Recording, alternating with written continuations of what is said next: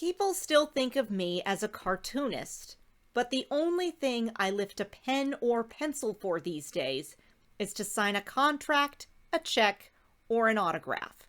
Hello, I'm M.E. from M.E. and History.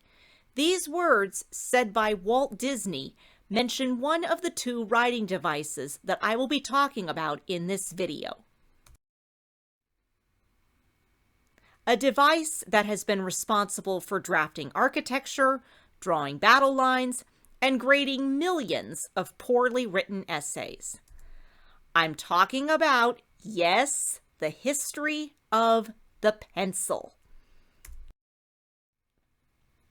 Now, given that we do over half of our drafting, cartooning, and even signing our documents electronically, you may be thinking, oh, come on already! Pencils? Those yellow sticks we used as school kids? We hardly use them now. And why should we anyway? My viewers, your point is indeed a valid one. We don't use pencils as often as we once did. However, without this basic tool, a lot of humankind's greatest creations would not have been brought to light. We wouldn't have written works by John Steinbeck or Mark Twain. Sketches by Van Gogh or Picasso wouldn't exist. And, of course, we wouldn't have those lovable cartoon characters created by people like Chuck Jones or our man Walt. So dust off your writing tools, whatever they may be, and take notes as I tell you about this simple yet oh so important device. To start off, we have to look at pencils themselves. The average pencil is typically made with a solid pigment core that, while sometimes colored, is usually made of blackened graphite encased in, often painted, wood. At times, but not always so, a pencil may have attached at one end a metal ferrule that holds a small eraser. But though pencils are rather simple looking, the history behind them is rather complex. For one thing, we have to ask, how did pencils get their name? The word pencil comes from the Old French word pencil, which comes from the Latin penicillus, or little tail. Penicillus was, oddly enough, a reference to an artist's brush made out of the hair from a camel's tail. So how in the right mind did we go from camel hair bristles to the pencils we recognize today? To answer that question, we need to make a stop in 16th century Cumbria, England. There, a group of shepherds discovered a tree with a black substance that they used to mark their sheep. It turned out that that substance, which was thought to be lead, turned out to be graphite. I know. You were expecting me to say that these shepherds found lead, not graphite. Indeed, this is a very unusual piece of trivia. This is because in ancient Rome, lead styluses were used by scribes. Since both graphite and lead look so similar, and because both leave behind markings while in use, it's very easy to mistake one for the other. But regardless of what these shepherds called it, the graphite was pretty messy. At the time, pencils weren't encased in wood, so something had to be done to keep a shepherd's hands from being smeared while marking their sheep. The solution? Simply wrap the graphite in materials like string or sheepskin. The first wooden pencils were invented in 1560 by an Italian couple named Simonio and Lindiana Bernacotti. The method this innovative pair used to make them Placing graphite in the center of one wooden piece before gluing the other piece of wood on top was similar to how we make pencils today. However, things for the pencil changed drastically in 1795. Courtesy of the French Revolution, and especially the Napoleonic Wars, pure graphite from England was hard to come by. Since Napoleon and his men needed pencils to draft their battle plans, a graphite substitute was needed. The solution came from a scientist, officer, and amateur artist named Nicolas Jacques Conté. Conté created a mixture of powdered graphite and clay that was burned into a kiln. The end result? There is really no other fitting description for it, revolutionary pencil core that didn't need so much graphite.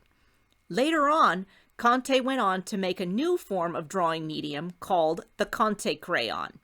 Compared to their pastel counterparts, Conté crayons are less messy and last longer on paper.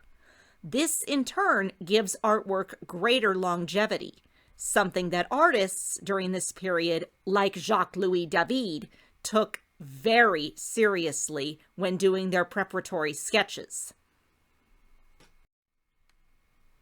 But Conté's new pencil core, and later crayons, wasn't just revolutionary by design.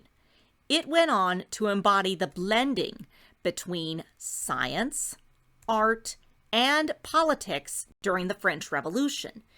In the midst of this period's chaos, the pencil became a vital tool for documenting ideas, creating artistic propaganda, and ultimately spreading revolutionary ideas in, and later on, out of France. But the revolutionary changes for the pencil didn't stop there. In 1824, the transcendentalist writer Henry David Thoreau took Conté's method up a few notches. As a kid, Thoreau worked in his father's pencil business. While studying at Harvard, Thoreau experimented with varying mixtures of clay and powdered graphite. He discovered that if different amounts of clay were used, the graphite would either be harder or softer. Thoreau went on to develop a system that graded pencils based on how hard or soft their cores were. In this system, pencils were graded using a number system, usually 1 through 4, but sometimes higher numbers, and a letter system, S or B for soft and H for hard.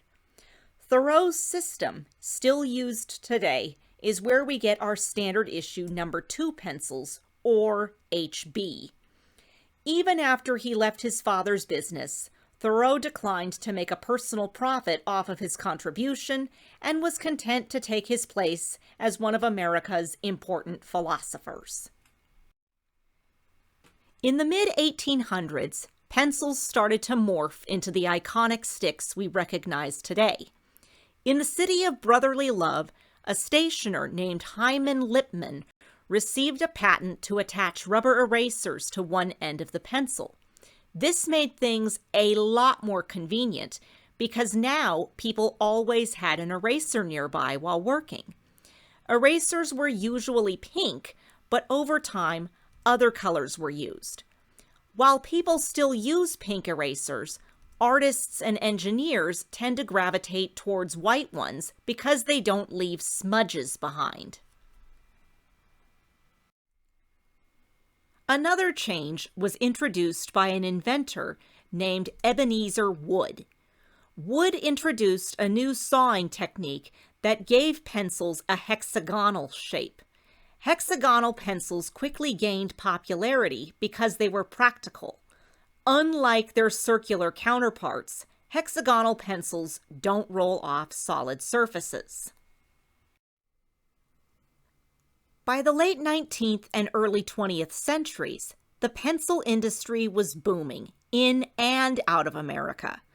This was not just due to new companies and new factories, but new techniques, including a rather unexpected one: aesthetic appeal.